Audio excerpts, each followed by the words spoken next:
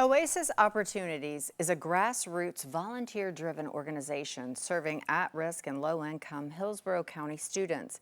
They provide clothing, shoes, hygiene items, and other necessities to students in need of assistance. This program is made possible through a unique partnership with over 230 social workers in Hillsborough County Public Schools. When a social worker identifies a child lacking necessities, the social worker visits one of their sites to select whatever items the child may need, and they get these all free of charge. OASIS Opportunities is our guest today on Bayside.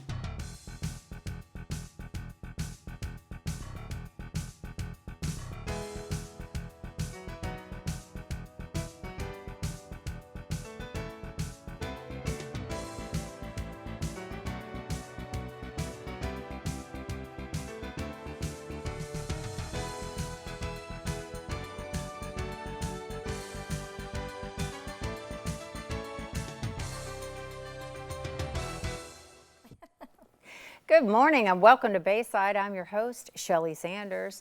I told you before in the open that we are talking all about this fabulous organization right here in the Bay Area, OASIS Opportunities, and how you can get involved. We're going to tell you about that. Perhaps you know someone that could benefit from this. We're going to tell you how to get that person hooked up as well. But in the meantime, we are going to introduce the Executive Director, Ms. Dawn Schulman. Welcome to the show. Thank you for having me, Shelly. I'm excited to be here. I'm so happy that you're excited then, because we're excited to have you here because this is incredible. I love the whole idea of this and just the strides that you're making, and I love that it sounds like, I know we've talked a little bit before the show opened and we'll get into that, but you guys are like, challenge? Oh, we'll solve it. That's what? right. I got a solution for that too, and I love that about it, to hear that, like, not a problem, embrace it and figure it out, the sort of mentality that goes on over there. So without further ado, let's get into it and talk about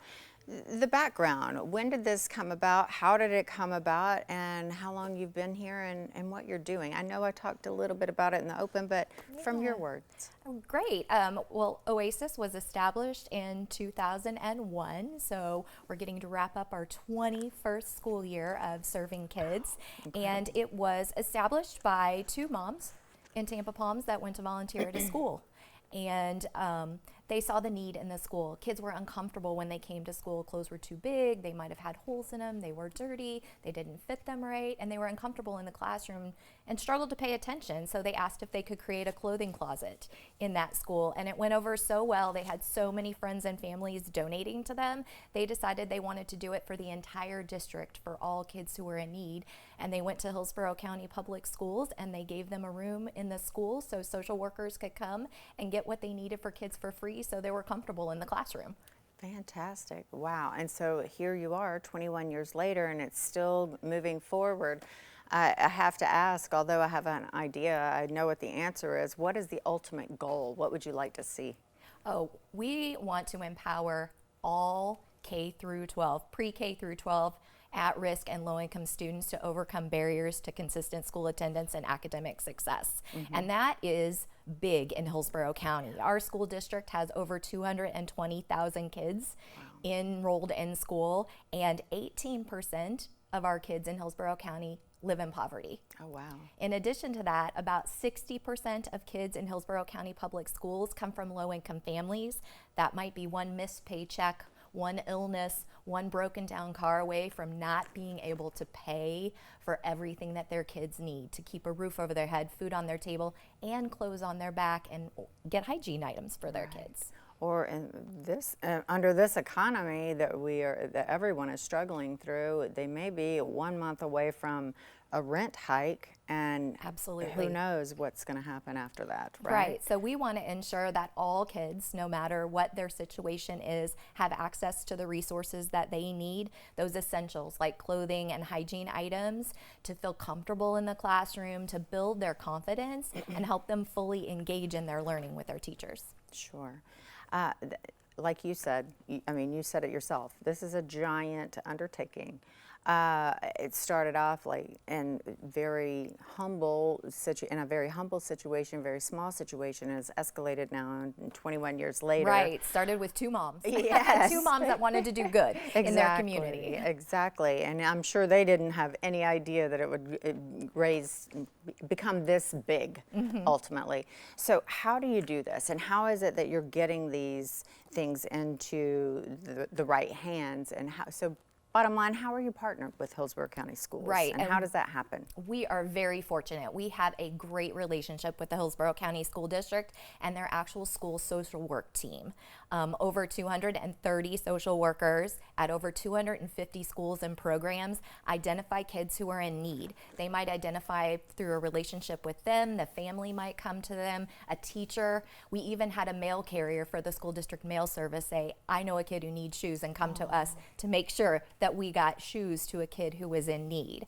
Once those kids are identified, the social workers can access one of our 5 current programs to get clothing, hygiene items, alarm clocks so kids can get up and get on the bus on time, get to school on time, anything they need to feel comfortable and confident in the classroom. Wow, alarm clocks, and you know, the small things that you don't even think of, right? So talk to me about some of these programs and what they are, and how do they differ from one another? Right, we started with one clothing closet back in 2001, and since then we've grown into 3 clothing sites located on school district property, so social workers can come immediately when a student is in need to one of our sites to get what they need. If they had a fire the night before, or they just need a pair of clothes because they switched from a non-uniform school to a uniform school, they can come get them immediately. We also have an online order and delivery program where social workers can put an order in online through our website, and then we deliver those items to kids directly at their school if the social worker is not available to come and pick them up. COVID has been a huge factor for our low-income families, so we also have implemented a summer hygiene item program to make sure kids not only get fed during the summer, but they're also clean and healthy during the summer. And we have an emergency food assistance programs for students and families who are struggling that day to make sure they get food on their plate until they get long-term resources. And then we have a back to school uniform program, which is one of our big, huge programs that makes sure kids that are at Title I schools, our highest need schools, get the uniform, socks, and underwears that they need that very first day of school when they walk in the door. So they're just like everyone else. Fantastic. So all of these things are basic necessities. I mean, for a lot of us, thank goodness, count your blessings at home. Right. If you were one of the ones that aren't in this situation, just basic necessities that we all take for granted on a daily basis, like having underwear that actually fit, or even having any at all, food, an alarm clock, basic necessity items.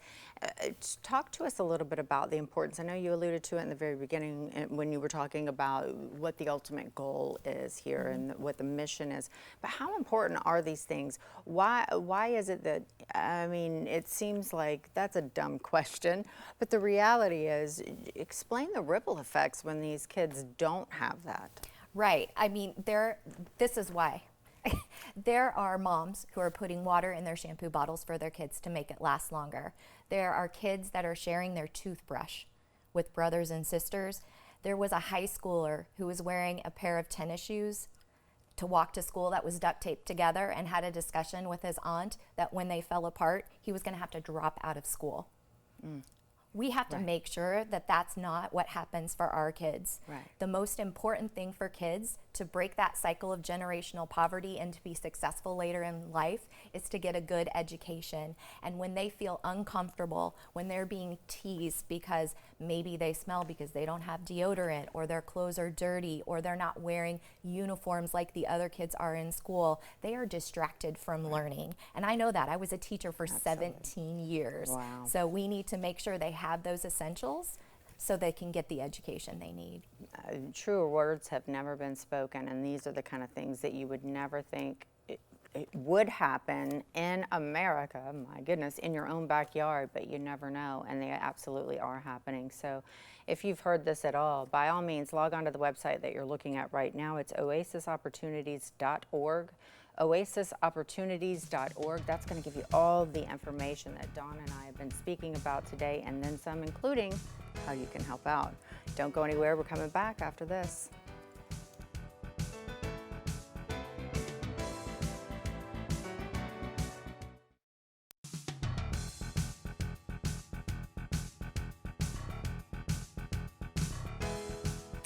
Welcome back to Bayside. I'm your host, Shelley Sanders. We have been speaking with Miss Dawn Shulman, the Executive Director of OASIS Opportunities. I'm telling you, I can't imagine having to have issues of just worrying about, am I going to wake up on time tomorrow because I don't have an alarm clock, or is my shoe going to fall apart, or all these things that are a daily concern for some students. Yes. I can't imagine trying to focus on schoolwork with all of this going on in my head, because it's already a challenge enough. Certainly, as you get older, the littles seem to be more resilient to some things, but as you start to come into the preteen age and the teenage years, it's crazy enough being a teenager with all the hormones going on. Imagine with everything else. This is such a necessity and such a beautiful thing that you're doing for them, to take at least that ounce of pressure off their shoulders. I commend you for that. So that being said, all these things you can't do just, we mentioned that these items are free to the social workers, ultimately free to the students that are benefiting from it. You can't just, it doesn't happen by magic. Right, it doesn't just appear. You don't get these items like, poof, there they are. So it requires still a lot of money in order to put this forward, a lot of man hours to put this forward. So I know you at home, if you are a regular watcher of Bayside, you know what's coming. So, volunteers, talk to me about how you do make this happen. How does this process happen? Through what? How are you able to pay the bills and be able to continuously provide these programs? Right. It takes a team of incredible volunteers. We have about over 200 volunteers a year that work with our staff of 3. So volunteers are huge for us, and we love them to come into the site, sort through donations, help us record inventory, organize. There's always people that are talented at organizing and folding clothes, helping pack delivery orders for students, because you actually touch the items that are going to go into kids' hands and you have that immediate impact on kids. We're always looking for people to volunteer with us. Teens. Adult community members. We have an entire teen program to make sure kiddos can get Bright Future hours for their Bright Futures programs in high school, and we run during the summer. That's a great idea. Teens can come get a lot of hours during the summer, so volunteers are huge for us. The other way people can give back without a cent is to go into your closet. Think about, how many items do you have in your closet that you don't wear right now? Maybe they're too big, maybe they're too small. And you could put those on the back of another kiddo. You could just go to your closet right now, fill up a kitchen-sized trash bag, and put it in one of our community donation bins that are located at Childs Elementary in the Tampa Palms area, or at Coleman Middle School on the north side by the track in the South Tampa area. And Bloomingdale High School has wonderfully allowed drop-offs at their school office during the school week. And you can drop donations at all of those sites, because about 80% of our non-uniform clothes actually come from gently used donations that are in really good shape, that are great for kids. Fantastic. So those locations, very convenient, 3 different locations in 3 parts of the city. So Childs Elementary, Coleman Middle School by the track, and Bloomingdale High School in the front office during office hours. So multiple ways to help out, and I'm sure you'd never turn away any financial donations or any businesses that say, hey, you know what, we'd like to partner up with you. That's a hint for you at home. So how do you do that? Well, you're looking at the website right there. That's going to give you all the information that Dawn and I spoke about today on the show, and then some. It's going to tell you how you can get involved if you need assistance. Perhaps you're at a school that hasn't had this yet, and maybe you're thinking, hey, I would love to talk to somebody. Maybe you're a social worker. I don't know, the sky's the limit. Get creative. All I know is you need to help out. This is your community. These are kids that are in your backyard, and you may not even realize it. So again, that website is oasisopportunities.org. Check it out while we go to break.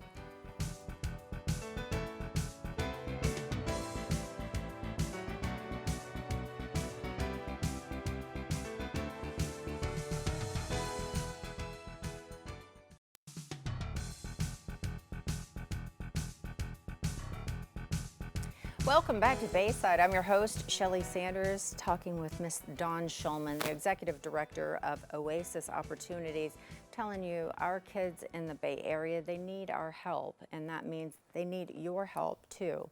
They are your neighbors. You never know when a child is in need, certainly as it comes or as it relates to our teenagers. We love our teens, but they are not the best communicators when it comes to things like that, right? So Yes. you may interact with a teen in your community and see them every day and have no idea the struggles that they have at home, and you think, why aren't they doing that well in school? They've got so much potential, but do they? You never know what's going on when after school happens, you know. Right. After hours, it's anybody's guess, and in this situation, we can do something about that. So you help out over 11,000 students a year, which is Yes. incredible. That's just in Hillsborough County, Just in right? Hillsborough That's County. just Hillsborough County. So only 10% of that are teens that you're assisting, That's which correct. is not in proportion It's to the not. ratio of students that are in need. So that said, you've got a new program coming out, which is super exciting. Yes, we're very Tell me excited. about this, and you're going to be able to help out even more students. So let's talk about that, and we'll come back to that, the 10% teens. Absolutely. We have a new program that's going to be starting this fall to address a need that we saw when we looked at how many students we served, and it's a mobile clothing closet. Our social workers in high schools were struggling to get to us to pick out clothes for teens, and teens really have specific fashion tastes, so it was really important for the social workers that they get to pick out teen clothes. So we looked at that and decided, how are we going to solve this problem? Mobile clothing closet. We're going to take our teen clothing to them so social workers can get on and off the mobile clothing closet for 2 to 3 hours at a time and serve as many teens as possible instead of having to come every once in a while. They can serve many at the same time. It'll also give us an opportunity to have items that are specific for teens. Teens want to go to dances. It's prom season, homecoming season. That's part of the school experience. They want to play sports. They need dress-up clothes for interviews, college interviews, and job interviews, and a mobile clothing closet specifically targeted to teens will allow us to meet their needs that are more expansive than our younger students. Absolutely. So this will enable you, I think I heard somewhere along the lines that you'll be able to serve at least 4,000 more students, and specifically teenagers, which is going to boost that up to 15,000 students a year. Yes. So I have to say, I have to point out, well, you can't help these students out without products. So your product or your wish list has got to be getting bigger. Yes, it will be getting bigger because our teens come in all different sizes. Some of them are still in U sizes, but some of them go up to 5XL. So it's going to be really important that we have clothing for all those shapes and sizes of kids on our mobile clothing closet. So we need you, the community, to support us. Donate those clothes that are perfect for teens to our community donation bins. Get on our website, look at our Amazon wish list and see what's needed. On our Yes. website, we have a donation button. If you just love kids and want to donate some money so we can get the sizes that they need, that would be awesome. Love that. Yeah. You guys have gone above and beyond. I love how you've really figured out, okay, this is the challenge.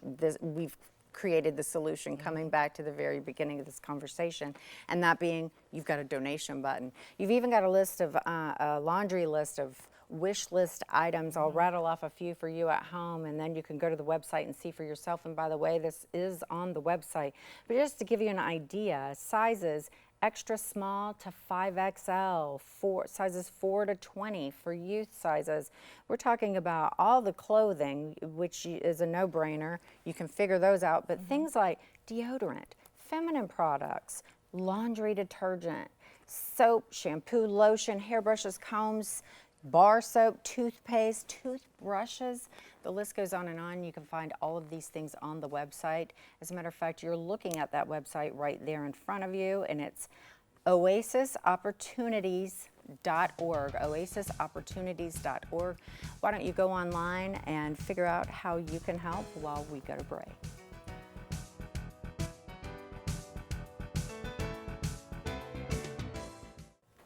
As always, I want to thank you at home for joining us this week on Bayside. And of course, Dawn, amazing things that you are doing for our youth out there. Keep up the good work. It's incredible. Wish you all the best of luck. We'll have to have you come back and give us an update on all the exciting things you've got going on. Now, I tell you at home every week, get out and get involved in your community. You live here. This is your backyard. It takes a village in every sense of that word, and this is one way to do that. oasisopportunities.org.